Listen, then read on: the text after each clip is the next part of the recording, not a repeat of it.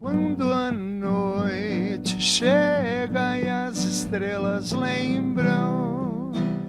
A história do rock no Paraná passa por Ivo Rodrigues Júnior, e a história dele não é muito diferente da dos outros músicos. Desde criança foi incentivado a cantar. A diferença é que isso tudo aconteceu no maior momento da história do rock no mundo. Foi na época do surgimento dos Beatles e dos Rolling Stones. Claro que Ivo Rodrigues sofreu essas influências. Enquanto John Lennon e Paul McCartney, Keith Richards e Mick Jagger faziam parcerias memoráveis, por aqui Ivo Rodrigues e Paulo Leminski, Paulo Juque e João Lopes contavam as histórias do rock do Piniquim.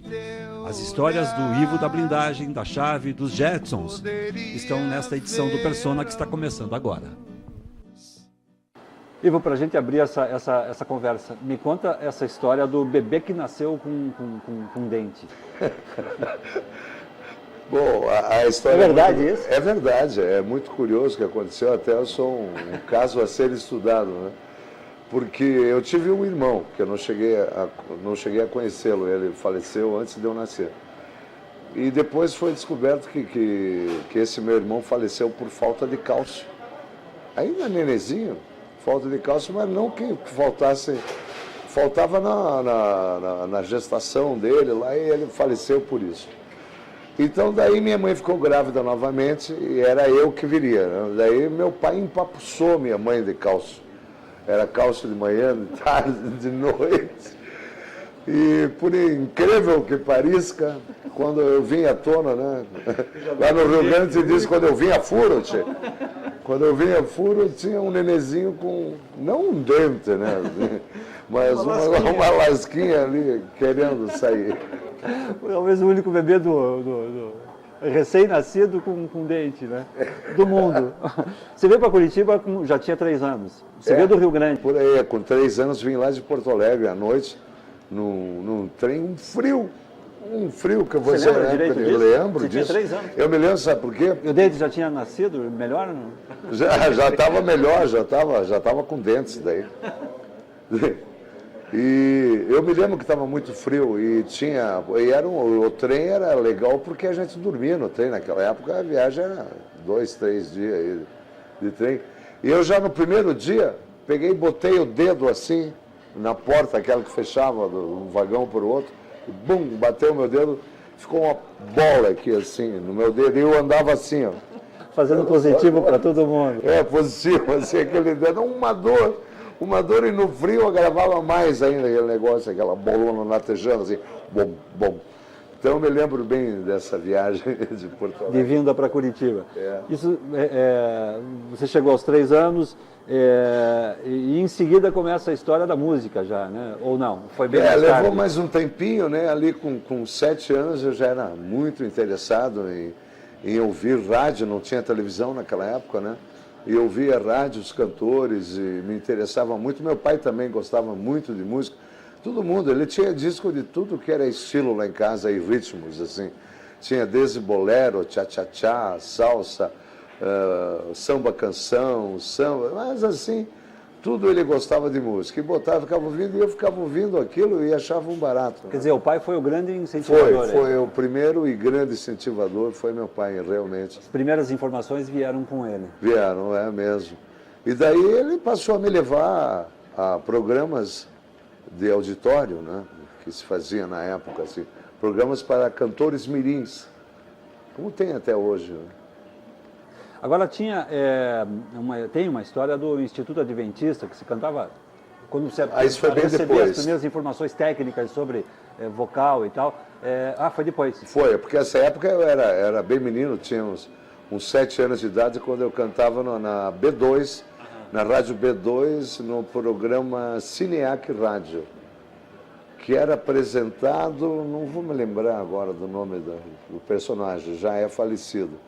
Mas disso, você se referiu ao Instituto Adventista, onde você começou a receber as primeiras informações técnicas sobre música, vocalização, cantava gospel. É isso. Eu fui para lá, para o Colégio Adventista, aí eu fui crismado na igreja católica, batizado, tudo, né? Mas nunca prestei muita atenção nessas coisas, assim, sabe? Como se diz, aquele católico apostólico relaxado, né? Então, e daí me botaram lá, meu pai viajava muito, minha mãe na época era muito doente, não podia me dar atenção e eu precisava, eu era um garoto muito irrequieto, né? Tinha meus 14 anos e queria agitação. E aquela escola era uma escola que oferecia assim, um padrão diferente, tinha esportes, tinha música demais, né? Nos padrões americanos, ingleses, assim, era tudo Mr. Arthur Daschle, Mr. não sei o quê, eles só falavam inglês, era tudo americano a maioria. E daí começava a cantar hinos em louvor ao Senhor, que tinha duas opções, você podia entrar para o coral ou fazia esporte. Então eu engordava e ia para o coro. Essa que era a história. Agora, antes das tuas histórias que todo mundo conhece, que vem de chave, blindagem, tem uma história anterior que entre esse período e esse da chave e da blindagem, esse do gospel com chave e blindagem, que é a história do Jetsons, que é um grupo que você ajudou a formar, que fez um programa de televisão também. Sim, os Jetsons foi o seguinte, nós participamos de um programa de televisão aqui em Curitiba, no Canal 12, na TV Paranaense. Você fazia televisão ao vivo? Ao vivo, não existia videotape. Exatamente. E esse programa, que era apresentado pelo Júlio Rosenberg, me lembro do cara, um massa de um cara, também já morreu, tinha um dedão assim, ele era conhecido como o homem do dedo duro, ele apontava, você, amigo telespectador, tal, né? Aqueles caras assim. E daí eu sei que iam decidir o melhor cantor do Paraná e Santa Catarina e o melhor conjunto. Na época não era banda nem grupo musical, era conjunto musical. Conjunto, melhor conjunto. E vieram os Jetsons de Palmeira. E eu era o Ivo Júnior, o cantor aqui de Curitiba, né, que estava começando a cantar. Aí eu fui cantar, eu de ternão, fui cantar uma música italiana, que meu pai sempre gostou muito de música italiana. Como é que era? Eu fui cantar uma música do Cláudio Villa, Non pensare a me. Non pensare a me, continua a cuore la tua strada e senza vai pensare a me. Há quanto tempo você não canta essa música? Pô, nunca mais cantei. Nunca mais cantei essa aí. E daí eu sei que no final, os caras prometeram, daí gravação de um LP, que naquela época era o vinil, né?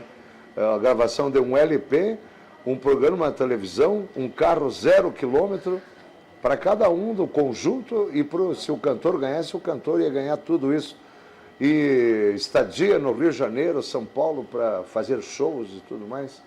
Eu sei que os Jetsons acabaram ganhando como o melhor conjunto e eu ganhei como o melhor cantor. E ganhou tudo aí isso? Nos conhecemos. A premiação foi fiel? Como? A premiação foi fiel? Você recebeu o prêmio? Eu achei legal ter ganhado. Ah, ganhou, pagaram. Não, mas daí foi o seguinte, não deram nada disso. Nada, dançou tudo.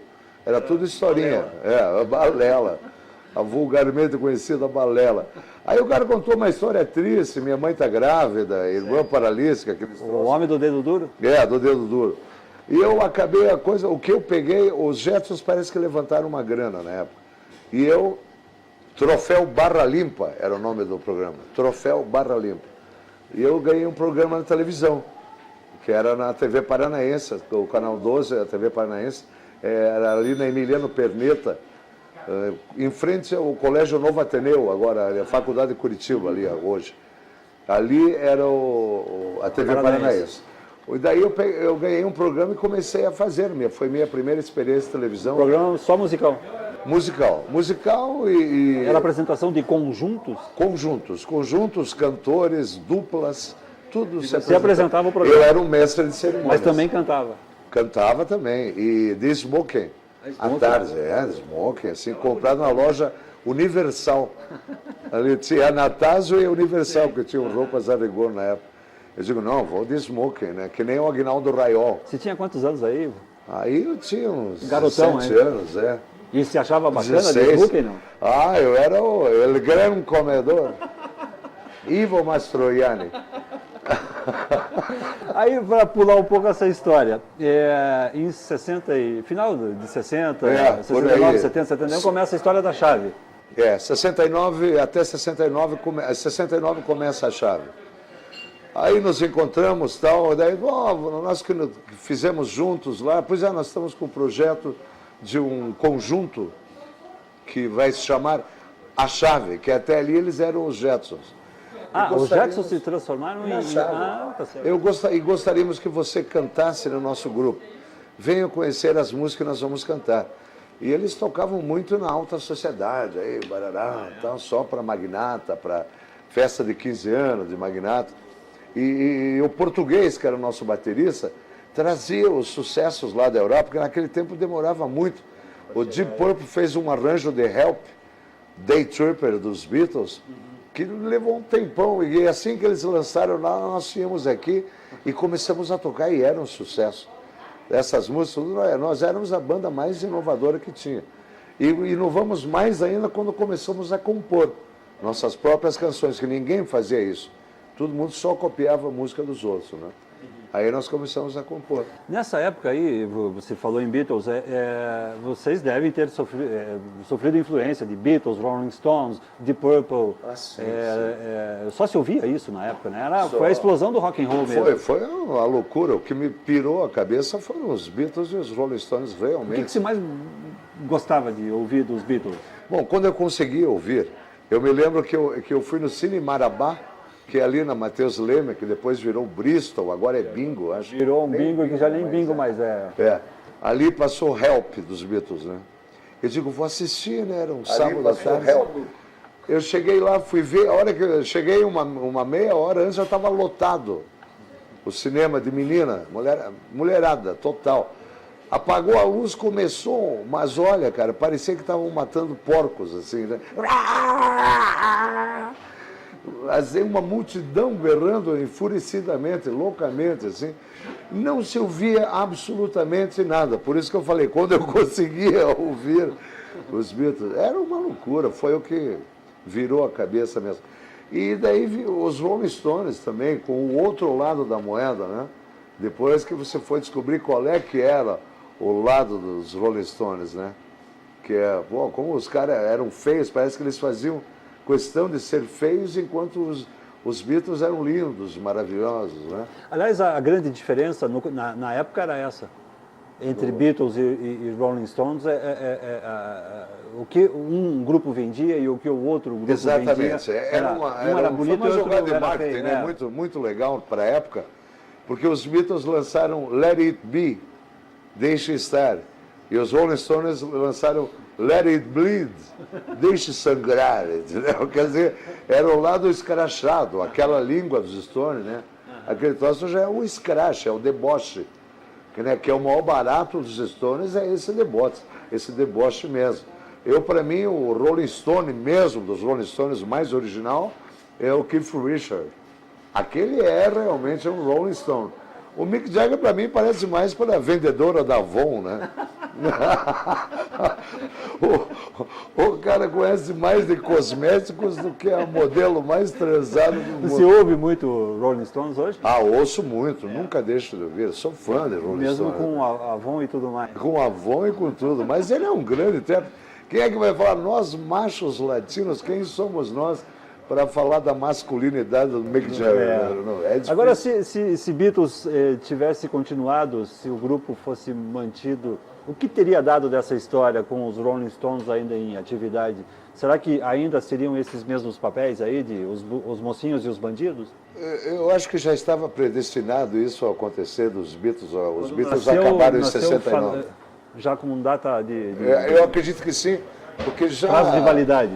Os shows que eles faziam na época, como eles fizeram em Nova York, foram muito poucos, que eles não tinham preocupações nem técnicas assim. É claro que na época também não se tinha essa tecnologia de hoje em dia de som, de tudo mais, de se fazer um som ao ar livre, um concerto de rock and roll, como o que Rolling Stones usa hoje em dia, né? É claro que os Beatles estariam usando talvez até mais do que isso.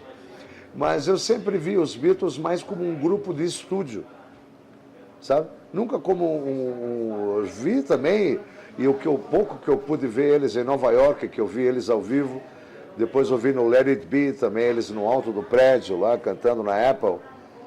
E agora, Rolling Stones, desde aquela época já estavam em Altamonte, né? Já estavam em Monterrey, já estavam agora, os caras agitando mesmo, né? Shows mesmo. Então já dava para ter uma ideia de quem ia vingar mais tempo, ia ficar mais, né? Mas os Beatles são inesquecíveis, né? É uma coisa que não vai morrer nunca, mas nunca. Agora, em 60, voltando para a nossa casa, Sim. Nesse período você já estava tocando com a chave, aí já existia o Made in Brasil, o Joelho de Porco e a Rita Lee começando. E você chegou, inclusive, a fazer uma excursão, ou várias excursões, pelo país aí, com Rita Lee, Joelho de Porco, Made in Brasil. Sim. Tinha mais um grupo, se não me engano. Sim, Casa das Máquinas. Casa das Máquinas. Até Mutantes, né? Vocês chegaram a tocar juntos. E mas vários isso mais outros recente. grupos também que eu não me lembro agora, né? Com a Rita Lee, como é que foi? Que é a mais A Rita conhecida é hoje. nossa amigona, né? Até hoje, você tem contato com ela? Até hoje, assim. E quando eu estive meio doente, há um tempo atrás, a Rita foi de uma simpatia ímpar comigo, assim. Ela fez questão de gravar em São Paulo uma mensagem para mim que me deixou emocionado, que eu sempre considerei muito ela, em que ela fala que era muito cedo para eu morrer, que eu tinha muita coisa para fazer ainda, que ela não podia perder um amigo como eu. E isso me deixou assim, eu cheguei, eu vou às lágrimas. Eu sou daqueles caras chorão. Eu choro até em inauguração de supermercado, entendeu? Aquelas coisas assim. Então, Qual a mensagem da Rita Lee, então? Pô, mas eu me Aí te desmudei. pegou. Me pegou bonito. E então foi sempre uma amizade muito grande que nós tivemos com a Rita, com o Serginho, com o Arnaldo dos Mutantes e toda aquela moçada ali, o Pisca do Casa das Máquinas, os Incríveis, Netinho, Nenê. Todos eles, Como é assim, que era, são nossos Ivo, amigos até conviver com esse pessoal nessa época aí de efervescência política no país, aí, 69, 70? Nós éramos uma raça à parte, não tinha nada a ver. Pelo menos no rock and roll, a gente não tinha preocupação política, não, nisso aí. Os caras que eram exilados aí eram os Caetanos, os caras cabeça, né? Bom, esses caras Mas tal. a censura judiou de vocês? Não, era um monte de burro, cabeludo, maconheiro e viado. É isso que se pensava. Deixa eles. Deixa em paz. Tá bom assim. Nós que fazemos a mais pura das artes, não temos que mexer com a mais podre das profissões. Tá certo, Ivo. A gente vai fazer um rápido intervalo, a gente já volta, tá bom? Legal. Um instante só.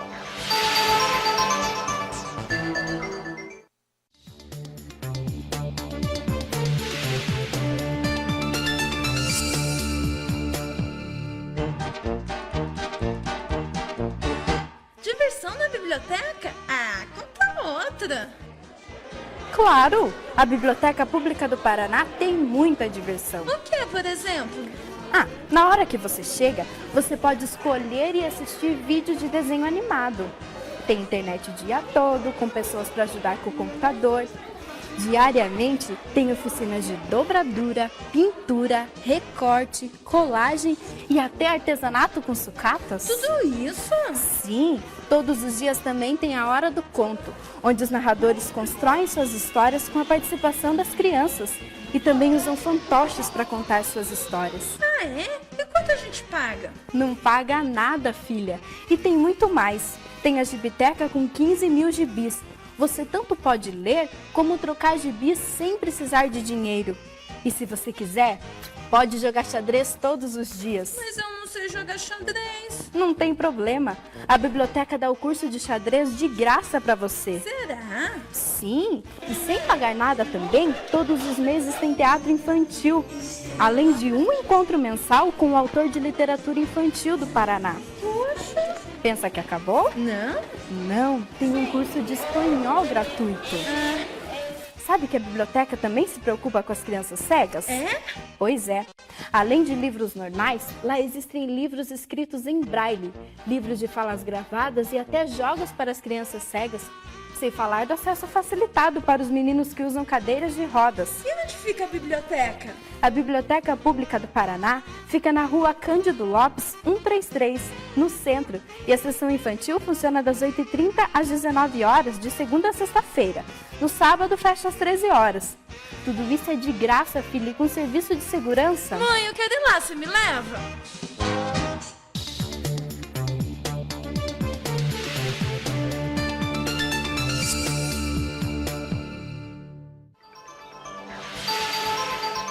O Persona está de volta hoje conversando com essa figura maravilhosa aí da música paranaense, Ivo Rodrigues, vocalista, violão, harmônicas. O que mais que você toca aí? Bom, Guitarra? Eu toco o violão. Você só trouxe o violão, mas toca guitarra? Sim, mas é a harmônica. mesma coisa, né? A harmônica que eu também... Sabe o que acontece, Sérgio? Na verdade, o violão eu não tenho nem cacuete de instrumentista, entendeu? Eu gosto de cantar, eu gosto de fazer os vocais com a minha banda, com os meus amigos do Blindagem.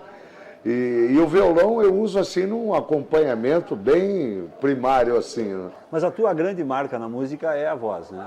É a verdade. É. Eu gosto muito de cantar, como nós já conversamos, canto há muito tempo, né? E a harmônica sempre cai muito bem nas músicas do Blindagem, por se tratarem de música da terra, assim, e coisas aqui que a gente pretende falar das nossas coisas aqui do Sul, né? É uma coisa que é uma preocupação que não é uma preocupação, que sem querer o negócio flui assim, sai normalmente nas músicas que eu faço assim e que nós fazemos no Blindagem.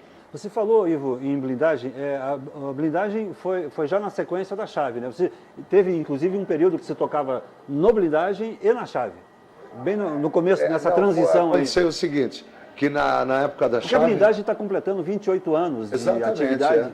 É com a minha presença. 28 com você.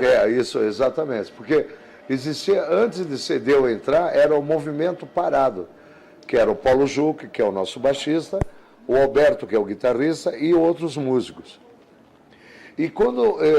porque o Movimento Parado também tocava as minhas músicas, que eram outras músicas que não havia interesse da Chave de tocar, porque não eram estritamente rock and roll. Então você tocava no... músicas que eu fiz parceria com o Leminski, outras canções que eu tinha feito sozinho também. E a gurizada do Movimento Parado, que viria a ser o Blindagem, gostava, e a gente se divertia, ia para a praia juntos e brincávamos. Até chegamos a fazer shows juntos quando eu estava na Chave ainda. Esse encontro aconteceu num festival na reitoria, se não me engano. Não, esse da Chave foi para essa transição. Não, essa foi dos Jetsons para a Chave. Dos Jetsons para a Chave, exatamente. E daí chegou uma hora que eu resolvi ir ficar com eles ali, né? Com o pessoal agorizado do Blindagem. E isso foi... em 76 acabou a Chave. Daí nós começamos o Blindagem. Mas aí também tem uma outra história bacana, que é a tua convivência, que formou um trio, na verdade, que é Blindagem, Ivo e Paulo Leminski. O Leminski era nosso amigo, né? Assim, não era só de música, né? Era amigo de conversar, de dar risada, de tomar uísque junto, né? De fazer um monte de porcaria junto. Era nosso grande companheiro.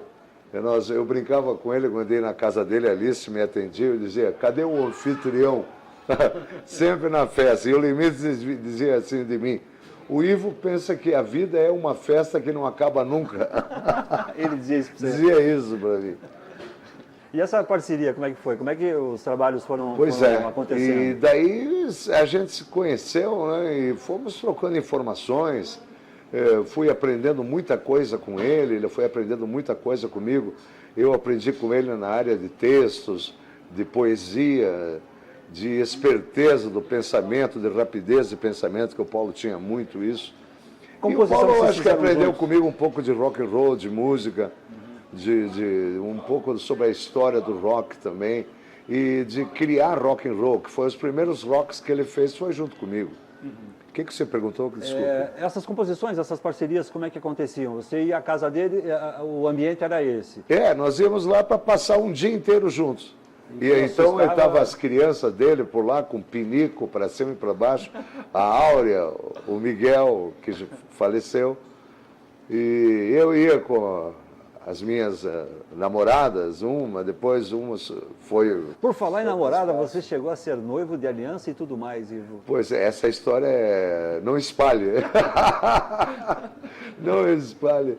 Pois é, não deu certo, infelizmente, né? Assim, mas fomos 4 anos noivos, né? E ela não me aguentou mais, depois de 4 anos eu não me resolvia, me dispensou. Voltando ao Paulo Leminski, foram anos de convivência, algumas composições... Mais de 100. Mais de 100? Mais de 100. As mais famosas, O Diário de um Suicida? Oração de um Oração Suicida. de um Suicida. Essa música eu não tenho participação.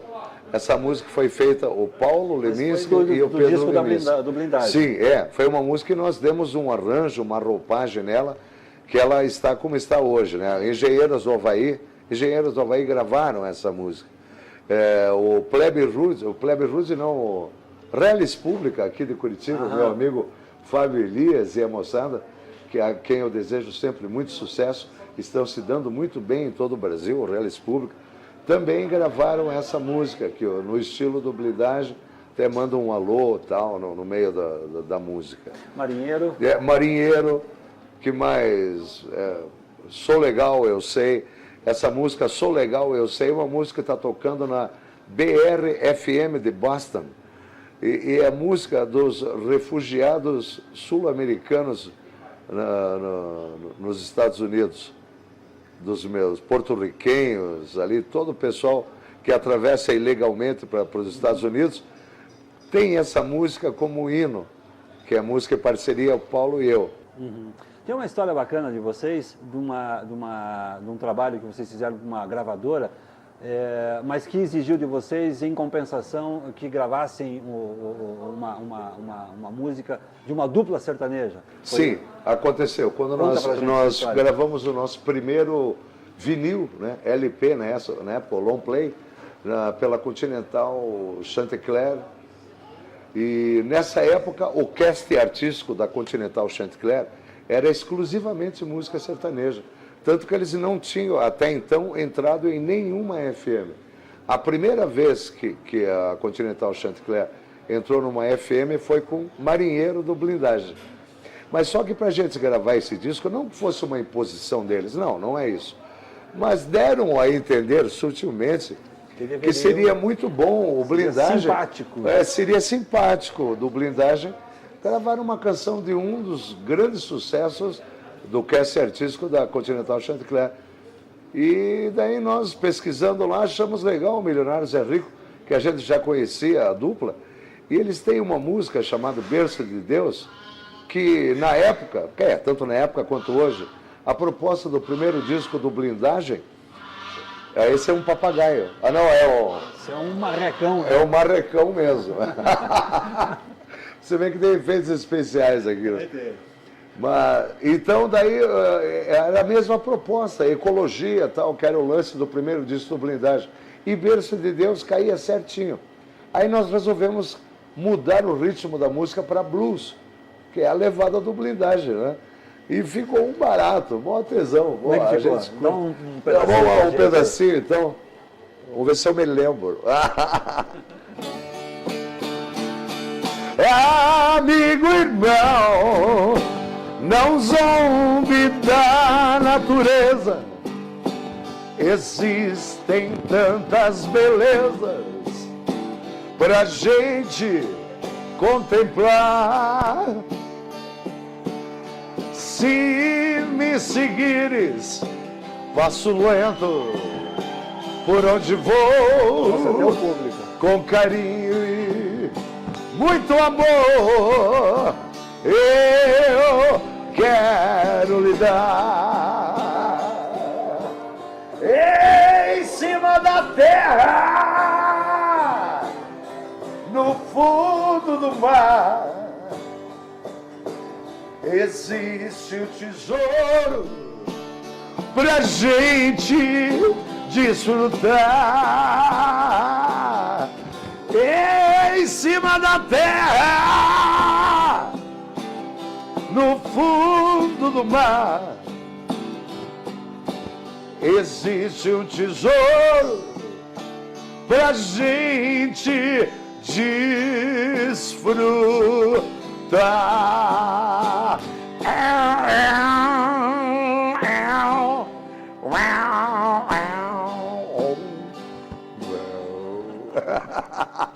Isso era um sertanejo que virou blues.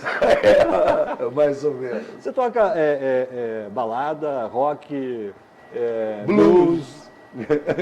Country. Nenhum preconceito com música Não sertaneja? tenho, não tenho, não.